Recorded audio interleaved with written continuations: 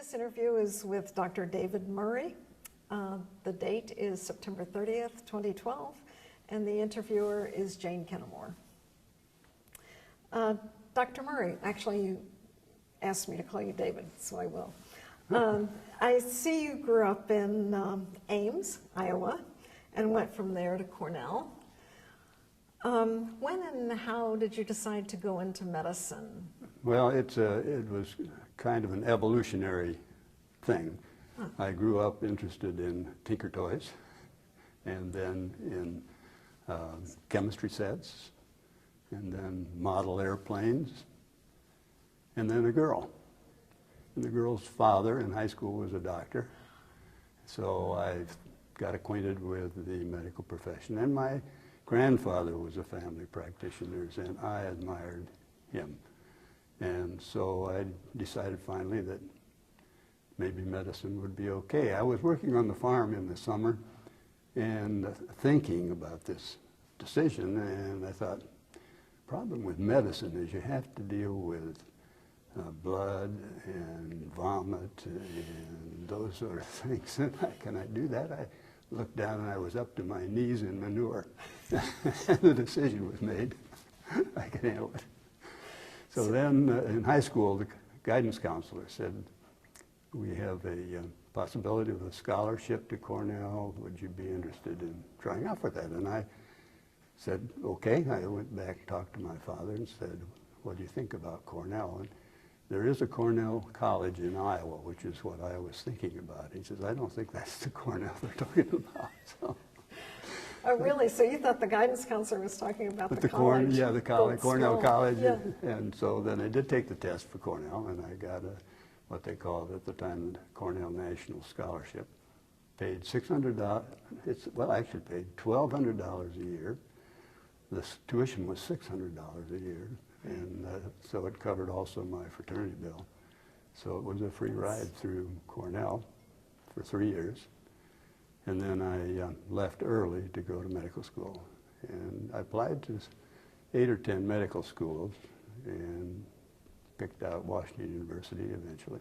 Oh, you did? And in St. Louis. I had forgotten that. I read your resume. I'm from St. Louis originally. Oh, are you really? Yeah. What a wonderful town. Yeah. The only thing is we'd come back in the summer and the candles we'd left were all bent over and melted on. That's correct. That's true. So at any rate, Washington University gave me a scholarship too, $800 a year, which covered tuition. So I ended up through college and medical school, incidentally without a degree from Cornell and without a big debt. They didn't give you a degree after you had finished your first year No, of they medical said if school? I went to Cornell Medical School, they would, but they wouldn't if I went to this place called Washington University. Yeah. So, that's funny. well, my mother was disappointed, but didn't seem to hamper the career. And then you went off to Vancouver to do a surgery internship, right? Well, it was a rotating internship. Oh, it was rotating. Yeah. And the issue was that I wanted to go to the Northwest. That's where things were supposed to be expanding, and the lure of the Northwest, and it just was enchanting to me to think about it. And the problem was that Washington University of Washington, internships and the Oregon internships were very highly sought after by the West Coast people, and so that was probably where they were going to go. And one of the residents in orthopedics at Washington University said, well, you know, I'm from Canada. There's a good place in British Columbia, and you might look at that. So I did. I applied there and got into the internship in British Columbia. Spent a year there. Son was born there as a Canadian. So he's got joint citizenship. Well, he did until it came up time for considering the service, and he had to make a decision. So he decided to be a United States citizen. But I loved it up there. It is a marvelous place, and the people are marvelous. Oh, that's wonderful. But I didn't have any idea about staying there. Oh, you didn't? No. It was a socialized system in British Columbia. It was at that time? Yes. Okay. And it was interesting to me because being somebody who was looking at the Northwest as an inviting place to go, you could go outside of Vancouver for 50 miles and it was totally unexplored territory. And I'd have patients come in and they'd say, well, I have to decide whether it's my gold mine out in the hinterlands or whether it's the salmon fishing that's going to pay me the most. And they'd make a decision. And usually it was salmon fishing that paid better. Oh, But it was just, it's sort of like the frontier, but from a social system, it was more socialized than I was probably ready to take. What was it like practicing? Well, of course, you were in a hospital, Yeah, I was so in it a was hospital, different. yeah. But No. you must have known people who were in. Oh, yes, and they liked practice. it. The practice, they were not particularly hampered by government regulations. You know, when they were in the operating room, they're in the operating room, and they were doing what they needed to do in the operating room. Mm-hmm. And my own career was totally in the service as an employee of the state of New York. And so I had essentially the same experience. The state of New York, by any kind of regulation of one thing or another, never interfered with my practice. So it never bothered you? Never. Nobody ever Right. came and said, you can't do that. What do you think about the Canadian system at this point, how it's evolved? Well, the only Since it thing that was has evolved when you is were I there. think that it's nationalized now. And that time, Vancouver was, and British Columbia was sort of ahead of the curve as far as the social parts of a medical system. And I think the whole thing is now Canadian-wise. Do you think it's workable? Yeah, obviously, and I have a lot of friends up there. In fact, the person who was chief of orthopedics when I went to Syracuse ended up going to Canada and becoming the chairman of a department up there, and he was very happy with the way things work. It's here again, they were able to practice the way they wanted to. Now, did they make as much money as practitioners in the States? I think not by quite a lot, except that's changed too over time. Right. But they made a comfortable living. Oh, I'm they assuming. made, absolutely, absolutely. I mean, there's many of them in Mercedes as there probably are in this country, as far as doctors are concerned, surgeons. Do you see disadvantages to the system as well as advantages? Well, I think there's hardly any system that hasn't got advantages and disadvantages. And of course, being involved with organized medicine of one sort or another, you get both sides of the story. But in 1965, I think it was, I may be wrong on the year precisely, but Medicare came in. It was seriously opposed by the AMA. I don't know of any physicians that didn't think it was going to ruin the practice of medicine. Totally a socialized system. Everybody was covered by Medicare that was over the age of 65. Now, that wasn't the only socialized system. The VA system covered veterans. Nobody complained about that.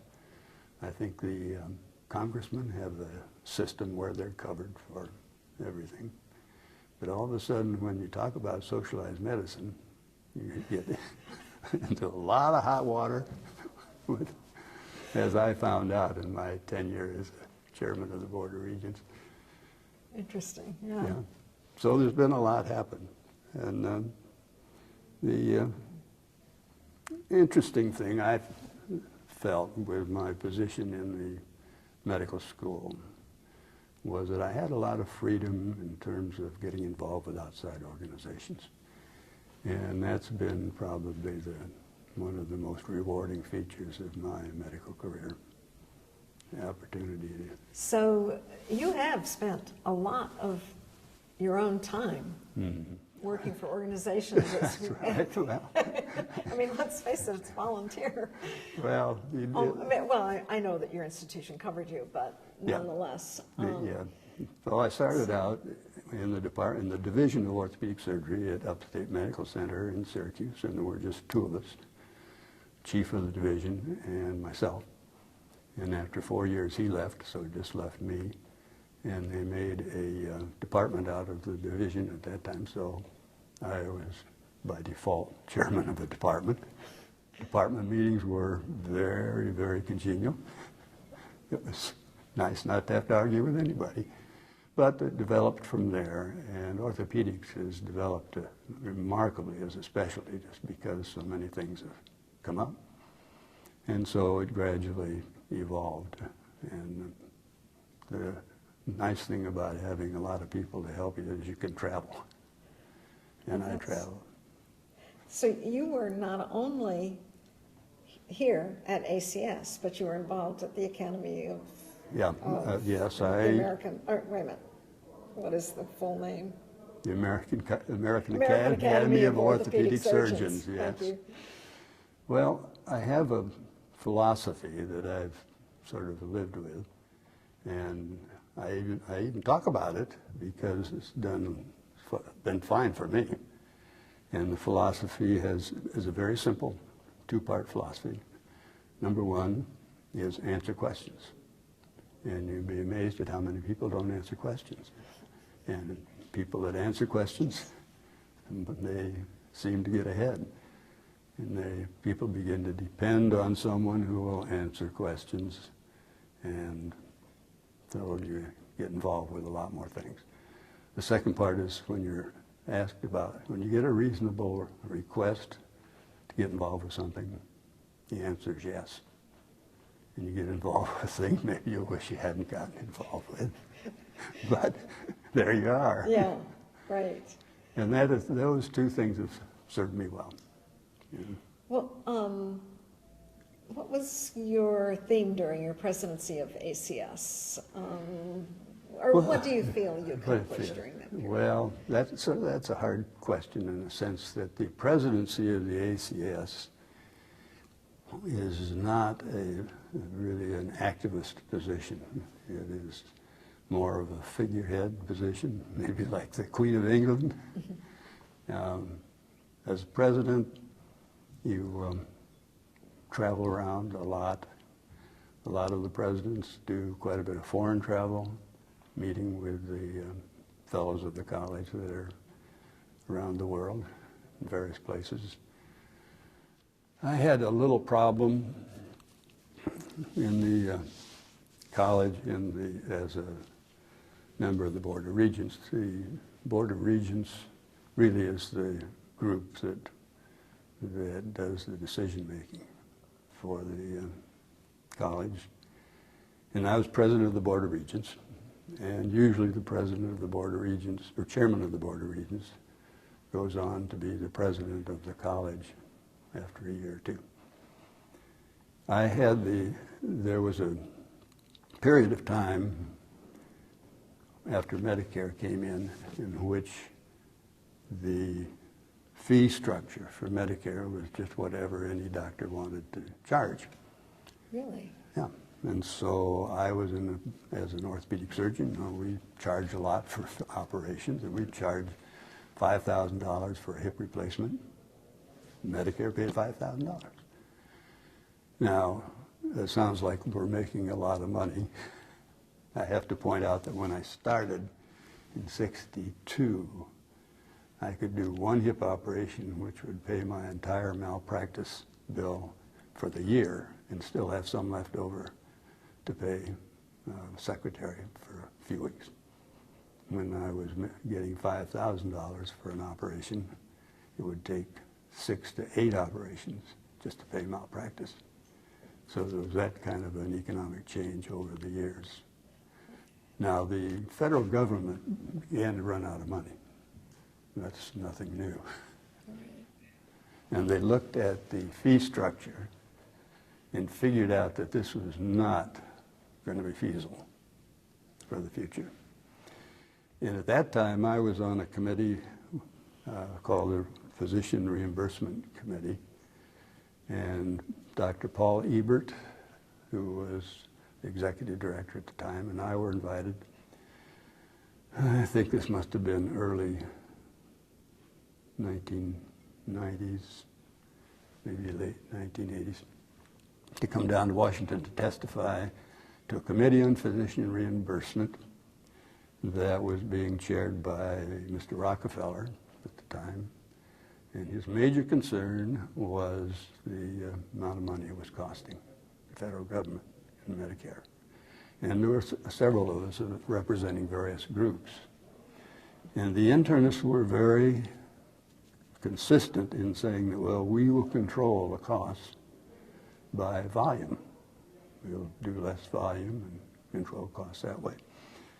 Representing surgery, Dr. Ebert and I were consistent in believing that wasn't going to control costs in any way. And we said that and so Rockefeller came up with a system, and he called it it's called the Medicare Volume Performance Standard. And so at the beginning of the year, they would set a figure for the specialty that was they were supposed to stay within the figure according to expenses. And if at the end of the year they went over that figure, the reimbursement rates would go down.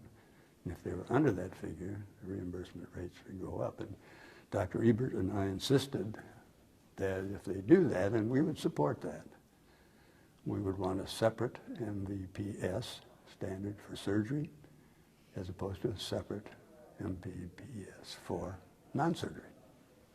And he said, okay. So that's the way it came out. And at the end of the year, the surgeons were under the standard, got a raise, and the non-surgeons who were over the standard took a cut. We knew that was going to happen because you can only take out one appendix. You can't keep taking out the same appendix. And so that was fine. It worked out great. The next year, same thing. Surgeons were under the standard. The internists, the non-surgical specialties, were over. And at that point, the government, as it's prone to do, said, well, that didn't work very well. So they ended that system entirely. And so they went to some other kind of a system that just covered medicine in general. How many systems have they had since Well, that time? I can't even count. I think they have one system reduce the fee that they pay annually. So it has ratcheted down, Yeah. and it all depends on the gross national product and some complicated factor that goes into figuring that out. And at the same time, the insurance companies, which have a separate fee schedule, said, well, wait a minute, if they're doing this operation for less for Medicare, they should be doing it for us for the same fee. So in general, it brought all the fees down.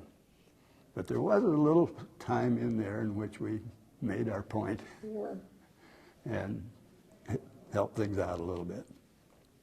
Well, that's interesting. Now, the other thing that happened when I was chairman of the Board of Regents that had a significant influence, there was, in addition to what I told you about Dr. Ebert, that period of time morphed into more problems with reimbursement issues and a tremendous amount of discussion within the Board of Regents about how you should deal with it. And at one point we would discuss the issue of single-payer systems because of the systems in existence, like Medicare, they seem to have some control over it, and Veterans Administration, some control, and so forth. And we had an advisor from Washington who was working with us, trying to struggle our way through this in the executive board of the Regents. And I was the chair of the board at that time, and I was sent down to Washington to testify before one of these committees. And this was the time that Hillary Clinton was promoting some kind of a revision in the payment system. And so there were about 8 or 10 different groups represented sitting side by side. We came there with the testimony already prepared. You just read it, and the people on the committee members have copies of it, So you get there and you sit down, and maybe out of 8 or 10 seats of the committee, there's 2 or 3 people there. And they're bored to tears, and they're chatting among each other. Before I got in, the person who was our advisor, he said, when you come to this part in your testimony, you put an X. He said, read this, and he gave me a little slip of paper. And the slip of paper said, the American College of Surgeons is of the impression that some sort of single-payer system would be the best way to ensure that all Americans got the service they need.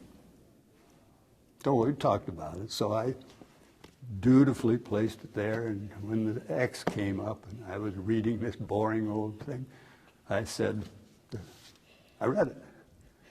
All of a sudden, this place sort of went wild. And there were reporters filling the room, and the people were coming in and sitting down on this committee. And they went on and got the testimony from others. We had a break, and then we came back, and they started grilling me about this position of the American College of Surgeons. Well, I wasn't really prepared for this. I did not want to say, well, this really isn't our opinion, our position, because they'd read it. And when you read something, you get credit for it. Well, the issue regarding the American College of Surgeons was carried in the newspapers, the Baltimore Sun, the Washington Post, the Wall Street Journal, the New York Times. Dr. David Murray and the American College of Surgeons say that, and there it was in bold print. Well, I'll tell you, the mail came in truckloads to the College of Surgeons. They were bringing it into my office with asbestos gloves. These dignified, I thought, surgeons, you wouldn't believe the language in these letters. It was awful. And Barbara Dean and Maxine and I basically dealt with this. I sort of felt like I was part of the Board of Regents, but it was sort of like being on a horse in front of your troops, and you say, okay, charge, and you look around and they're all going the other way.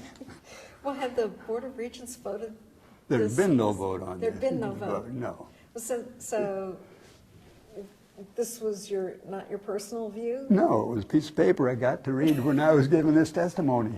So who gave you the paper? The consultant from Washington. Oh, the consultant. He'd been involved with talking with the Board of Regents. Now, the other side of this coin is that probably about a month before, so because it was getting near the end of my tenure as on the Board of Regents, certainly as chair, and the person who was head of the nominating committee for president of the college had come to me and said, as soon as we've nominated you for the next president of the College of Surgeons. And that would be a year as president-elect, and then the presidency. Well, the stir that I created without even meaning to. And she came up to me afterwards, about a month later. She said, well, we've had a meeting of the nominating committee, and we've decided that probably it would be better if we didn't nominate you for president of the College of Surgeons. I said, fine with me. I'd had my fill of angry phone calls and of vilifications, and you'd have thought that the entire membership of the College of Surgeons was going to resign. That's awful. It was, well, you just wouldn't believe some of these letters. And Maxine and it's too bad. I wonder if we have those in the archives. They probably have self-incinerated. And I kept that little thing for a long time. And when I was coming here and knew I had to do this interview, I thought I'd see if I could find it and bring it along. But I've quoted it to you as it is, as it was. And it was really It was pretty bad. If you find that little I will, piece of yes, paper, I will put it. please send it to Susan. I will She can send it to include it. Susan. So at any rate, my future as president of the American College of Surgeons was put in serious jeopardy. In fact, it was gone. That's And pretty funny. so at any rate, everything kind of died down eventually, you know, and Well, what do you think of the current effort, the Affordable Care Act? And well, having watched this thing from going way back, even before President Johnson and Medicare, there's been this issue of how do you deal with people who don't have coverage? And do you just forget about them? Is there 47% you don't acknowledge? And so everybody makes attempts. And Hillary, in the early 1900s, nearly the start of Clinton's tenure as president, tried to deal with it. And you run up against so many different interests. And of course, the surgeons, as when Johnson pushed through the Medicare, were all concerned about the practice was going to be destroyed, and that they were all going to be controlled by the government. And so everything seems to kind of have fallen through. Now, Obama, with the Affordable Care Act, came as far as anybody so far has come, with some way of covering everybody.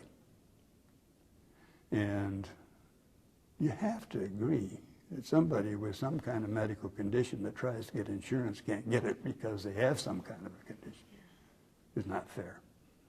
And it's also not fair that these people are dragged into the emergency room bleeding from every place with multiple broken bones and no money at all. The hospital should have to eat those costs. So there should be some. Now, I come from a career of working for a political organization, if you call the state of New York a political organization, or just a wrestling mat. And it never influenced my practice a bit. Now, I was in a system whereby the amount of money that I brought in, I could do a private practice, except I just couldn't keep the money. I was on a salary. So I could bring in a lot of money, which I did. My salary was a fraction of that, but I had the money to develop the department. And from one, when I first started out, I ended up, when I retired, with 22 physicians and about 50 support personnel, and a research program that was excellent. And so I was never hampered in any way by being part of the New York State system. So that's where I come from. And people would say, yeah, you're biased, and I agree that I am biased. But on the other hand, I ran a residency program, and I realized that if the practice of orthopedic surgery became not very palatable, it reached a point where people didn't want to do it, I was out of work too. So there are two sides of that. I was really working for the practice of orthopedic surgery, not for anybody's political aspect. Now, with regard to the women in orthopedic surgery. yeah, I was going to backtrack and actually segue into that by asking you how you went into orthopedics. How did you choose orthopedics? I chose orthopedics because in my first class, of course, I went into pre-med at Cornell. My first class was called Comparative Anatomy, and it started with bones.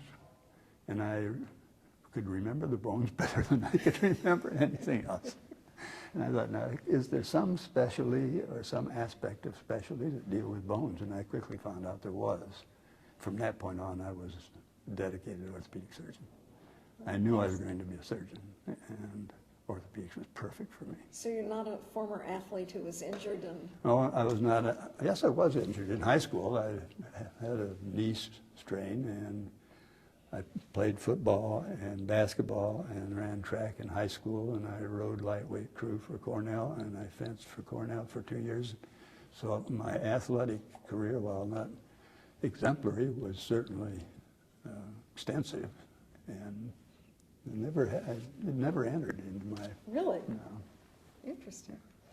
We were talking earlier before the interview about women in orthopedics and how the myth is, or I don't know whether it's a myth, but people believe that women aren't strong enough to be orthopedic surgeons. Right, and I've been a strong proponent of trying to get more women into orthopedic surgery. And as I mentioned, the first one that was admitted to the American Academy of Orthopedic Surgeons, which was formed in 1933, joined in 1935 or 36, was accepted. Her name was, have to backtrack on that, Ruth Jackson. And she couldn't have weighed 90 pounds. And if she was 4.5 feet tall, that was probably exaggerated. She was in heels, maybe. She was an outstanding orthopedic surgeon, and the reputation was, and I met her, so I know her from earlier years, you didn't mess with Ruth Jackson. So she didn't have any problem with orthopedic surgery or orthopedic surgeons. And as time went along, I think we got a little bit more interest from women. Running a training program, I'd have a few more applicants. And I had one applicant, a woman, who told me that she was consistently asked every place she went to interview, how do you think you can deal with this specialty that requires so much strength? And she said, that's easy. She said, I've noticed that if it requires a lot of strength, it's either being done wrong or there's a brute around that can apply the strength for you. And I think that's been the attitude of a lot of the women that said, look, there are things that nobody is strong enough to do, and they get somebody that's strong enough that can do them. And sometimes it is being done wrong. And the other thing is that the field of orthopedic surgery is diversified enough so that there are specialties within orthopedics that don't require what someone would say might be brute strength. Hand surgery, for instance, is all done under, a lot of it's done under an operating microscope with small tools and sutures that you can't see with your naked eye. Huh. And of course there's the pediatric orthopedic field. Certainly it's a field of its own, and it deals with the smaller people, not all of them, of course, but a lot of women choose that. I had a faculty member who was, actually she'd been a gymnast as a college student, and she went into sports medicine. And she would take care of athletes of any size, shape, or form, and any injury you can imagine. But she specialized with women athletes, and there are a lot of those.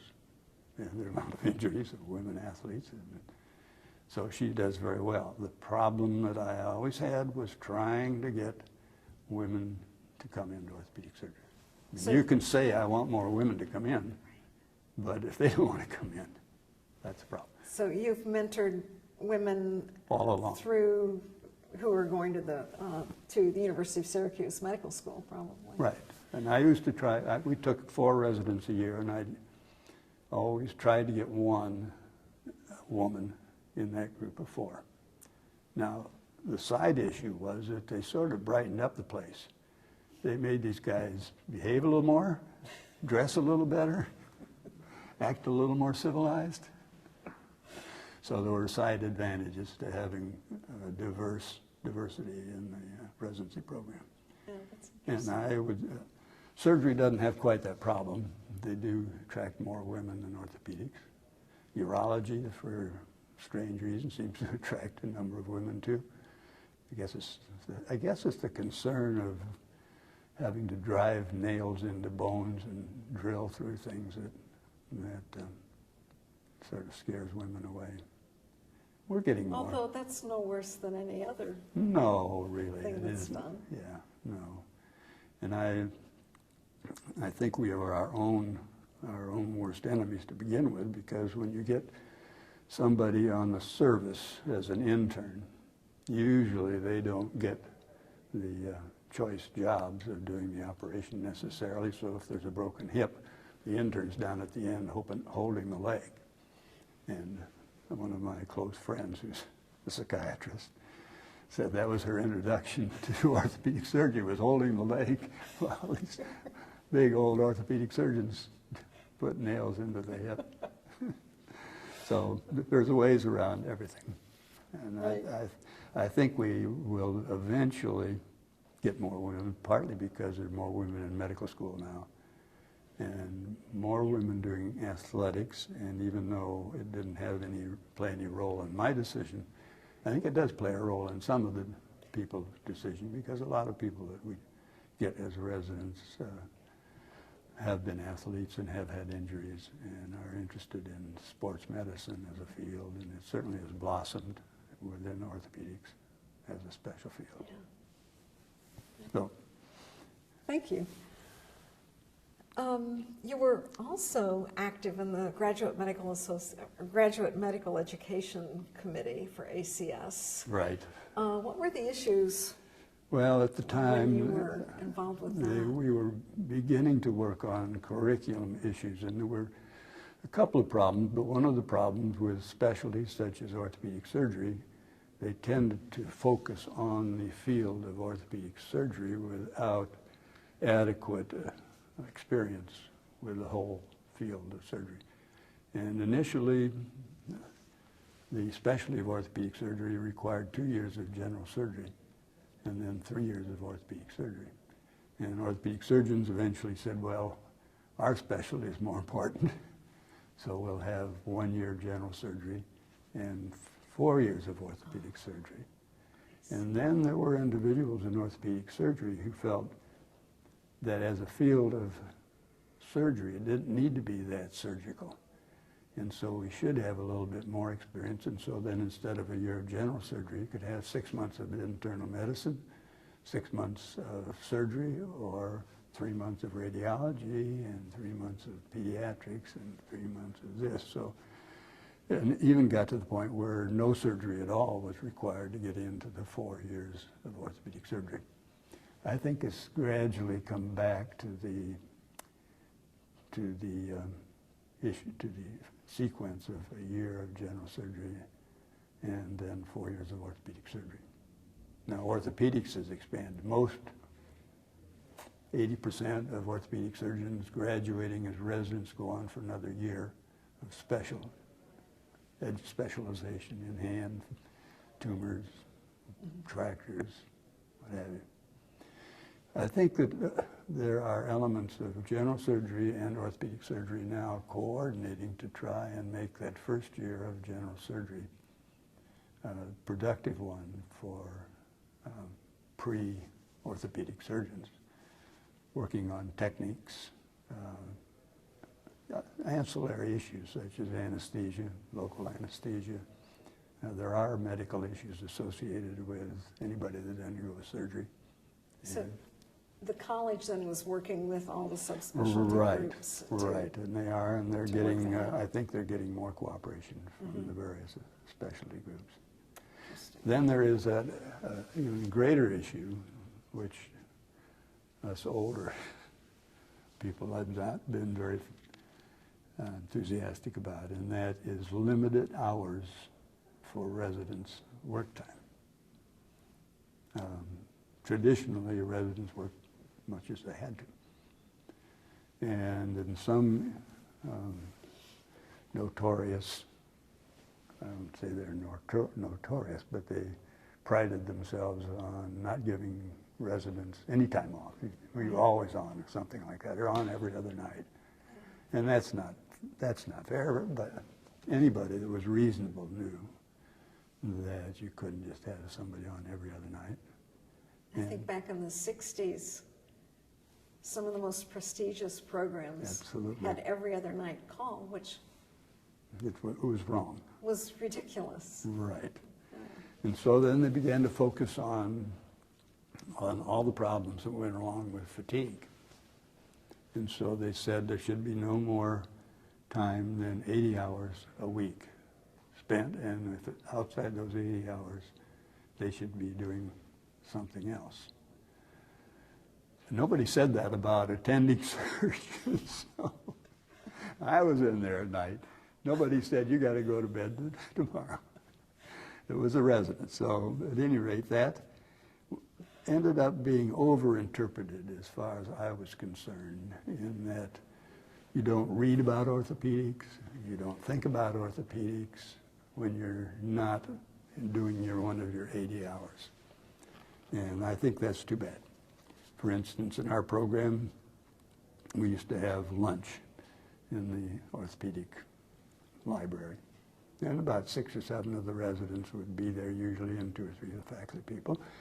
And we had one of the detail people from one of the industry come in, and they would demonstrate whatever things they were demonstrating, and they'd bring sandwiches and stuff like that. And so as a group, we'd sit around, listen to them, and sometimes make some comments about, that isn't going to work. And then they would leave, or if things were, that part was taken care of. Just sit around, talk about problem patients, and issues one sort of another concerned with the program. And then all of a sudden that was wiped out. No contact with industry. No coming in for lunch if it impacts on your hours. It counts as your hours. And time in the library counts as your hours. We hope you aren't reading at home about orthopedics. This, to me, has created an attitude that was not present before, which the attitude was, let's get this taken care of. And however long it takes, we're going to take care of it. Now, the patient comes in at 3 o'clock in the morning with something, and the resident is on. At 8 o'clock, the resident leaves. Doesn't matter whether the operation is done or not. And Really? it might be a critical part of that operation that is going to take place after that resident leaves. So I think it has had a negative impact on graduate education. Now, is that a problem? I don't know. When I came up in the residency program, we didn't work that hard. There wasn't that much going on. And so we sat around and read a lot, and we talked a lot, and we were in conferences. I don't think anybody narrowed down their library of orthopedic books. It was, we were interested in orthopedics, and whatever time it took, we were there. The attitude's a little different now. So if the residents reach their 80-hour quota, during an operation, they would just leave? Yeah, they have to. Huh. And there's checkers. Oh, there and are. they'll come around and they will ask the residents, did you have to stay longer than your 80 hours? Did you work more than your 80 hours? We want to see your records. They have to keep the records. And so these are some of the... New York State was probably... We were more one of the strict. early ones. Yeah. One of the early ones. There was that case in New York City. That's right. Yeah. Yeah. Libby Zion. Pardon me? Libby Zion. That was, okay. And that's the woman that Okay. died in the emergency room or something. Yeah. And I don't know if they ever did figure out what was wrong with her. Yeah. So there have been some changes that I think, Mm-hmm. in theory, they probably were helpful.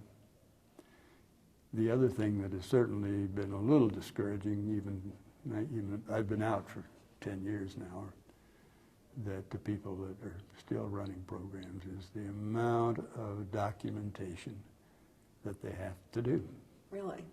And my, I guess my goal for the residents that came into the program was that they finish the program well educated in orthopedic surgery, capable of doing the majority of orthopedic surgery procedures that they might come up with, and have a good attitude toward patients and be interested in taking care of patients. Now you can't just say that anymore. Mm-hmm. And so instead of the program for the grand rounds coming out with fractures of the scapula by so-and-so and discussed by so-and-so, comes out fractures of the scapula by so-and-so. These are the learning objectives that you're supposed to meet. 1, 2, 3, 4, 5, 6, 7 when you finish that lecture, and then we'll test you on them.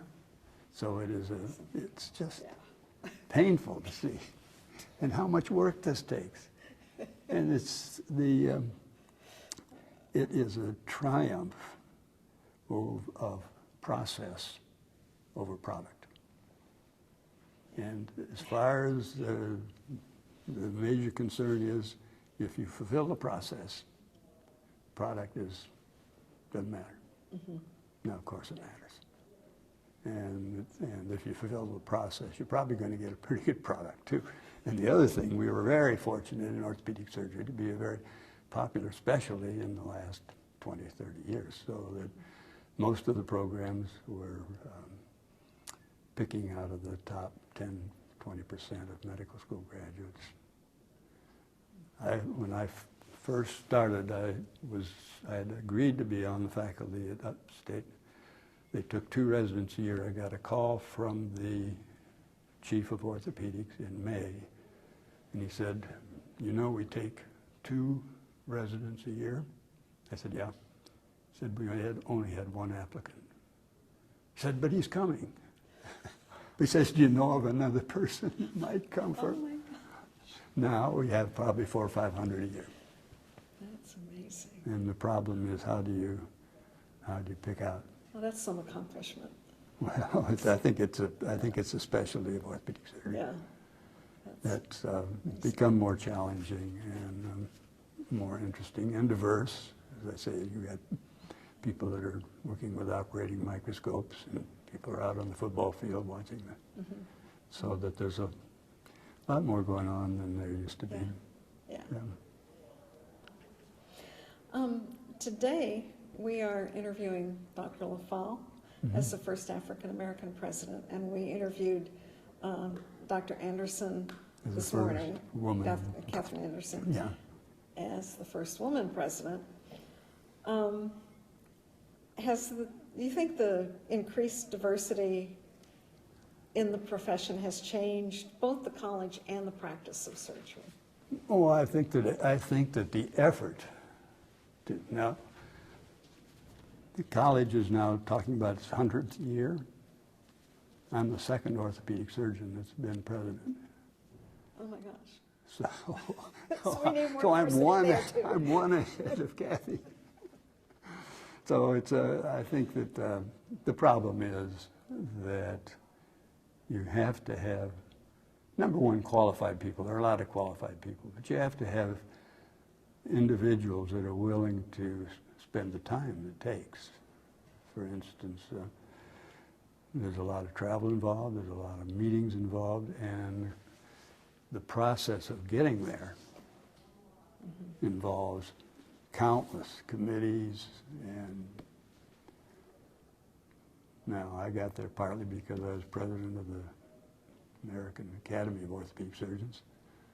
I was president of the Orthopedic Research and Education Foundation. And so during those activities, you meet a lot of people and you establish whatever people may think the qualifications for moving on up. And that takes a lot of time.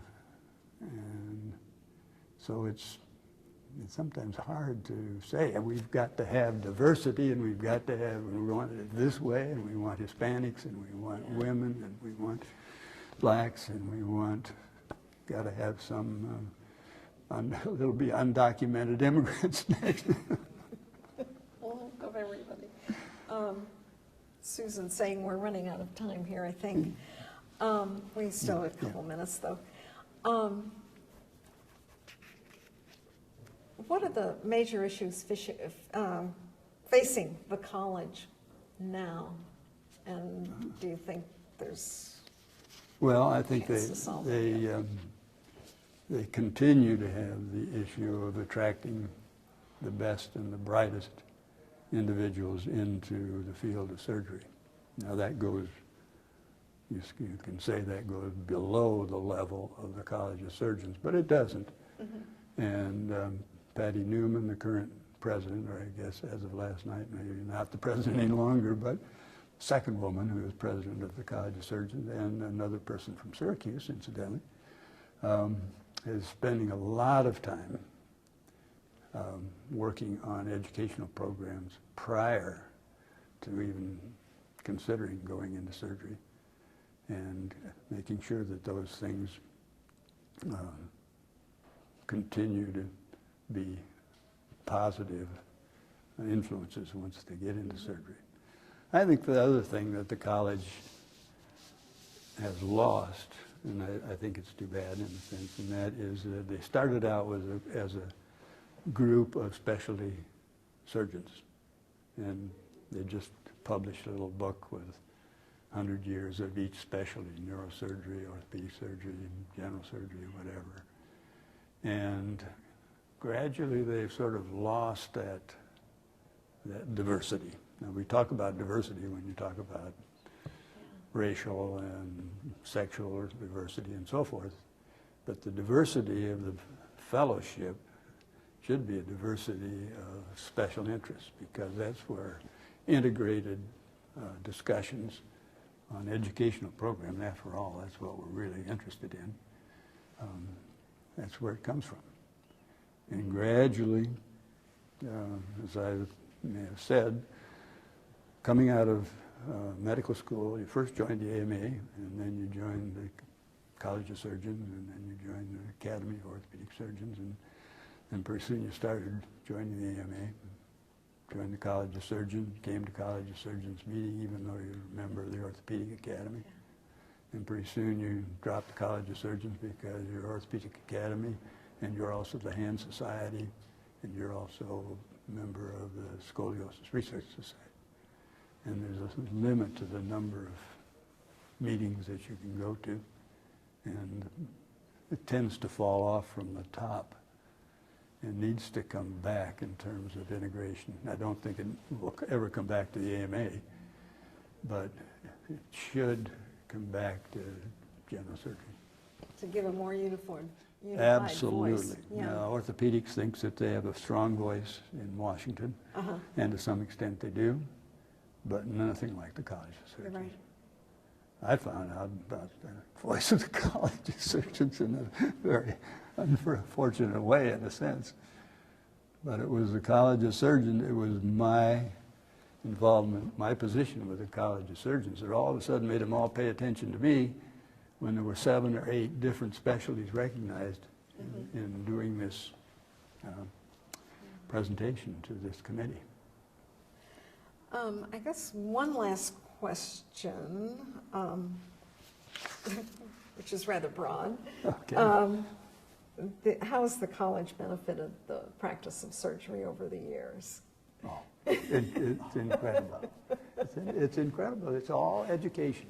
And they have identified areas where education is lacking, or refinement of education is lacking, and they pick up on those areas, and there's no question that they have been doing that over the years, and they have publications which emphasize education, emphasize various aspects of surgery, and they have, even though orthopedic surgery is here, they still cooperate on a lot of things. And you cannot be involved with trauma, for instance, in orthopedic surgery, and not be hand in glove with the general surgeons.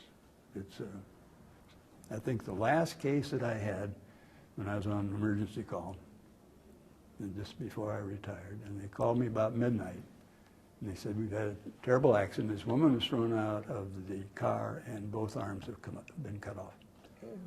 And so I figured, well, that's not a big issue, because I dealt with farm accidents where people lost arms and balers and that sort of thing. That's not a problem.